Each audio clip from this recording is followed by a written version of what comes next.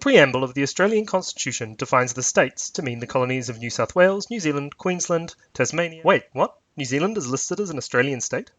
For the geographically impaired, New Zealand is a country in the South Pacific with a population of about 4.5 million people. Australia is a country in the South Pacific with a population of about 4.7 million people in its largest city. Australia has many animals, some beginning with S, such as spiders, snakes, and sharks. New Zealand has many animals, some beginning with S, such as sheep, more sheep, and one thoroughly desolated smorg. New Zealand's flag is blue with the Union Jack in the corner and the stars of the Southern Cross on it. Australia's flag is completely different, being blue with the Union Jack in the corner and the stars of the Southern Cross on it. So why does Australia claim New Zealand as a state? The answer, as always, starts with empire.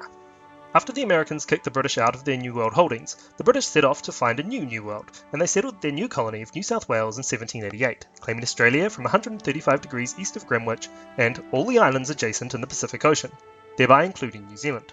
Over the next century, additional colonies were founded in the South Pacific, eventually resulting in Tasmania, South Australia, New Zealand, Victoria and Queensland splitting off from New South Wales, and Western Australia being declared from the unclaimed lands of New Holland. In 1890, these 7 colonies and one of Her Majesty's newest imperial acquisitions, Fiji, began to consider the merits of forming a new Australasian nation. Fiji, however, never sent delegates to the Federation conferences, leaving the 7 to their discussions. New Zealand, Queensland and Western Australia partook in the early talks but withdrew partway through. Queensland and Western Australia, however, offered their populations the choice to join the new federation through a referendum. The Kiwis, however, were never asked by their leaders, so why did the New Zealand politicians not wish to join? New Zealand's founding document, the Treaty of Waitangi, was signed in February 1840. It was established in part due to fears that the indigenous Maori population were being exploited when settlers bought land from them, and prescribed that the land could only be sold to the Crown. The treaty was seen as a success in 1840, but 5 years later, Maori and British were engaged in armed conflict over land sales and Crown sovereignty. At their peak, the British fielded 18,000 soldiers and the Maori 5,000. You'll never guess who won.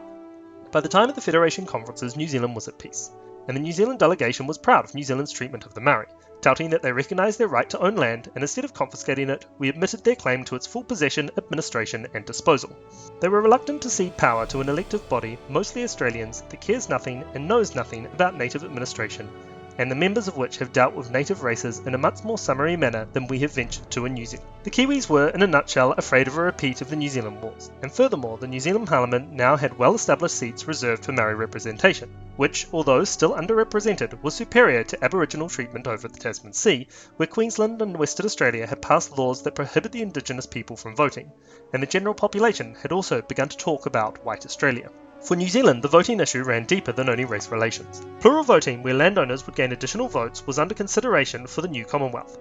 New Zealand had just abolished plural voting the year before the first conference and had no interest in re-establishing it at the federal level. When Australia formed, there would be no plural voting there either, but it was a contributing factor to New Zealand's withdrawal. New Zealand's distance from Australia is vast. For comparison, the distance between Canberra and Wellington is further than the distance between Amsterdam and Istanbul. And with such a distance, New Zealand was worried that if she, or Australia, was to become under invasion from an outside force, it would take too long for assistance to cross the Tasman. The legacy of New Zealand's consideration can still be seen today. Avenues leading out of the capital circle in Canberra are named after each state's capital.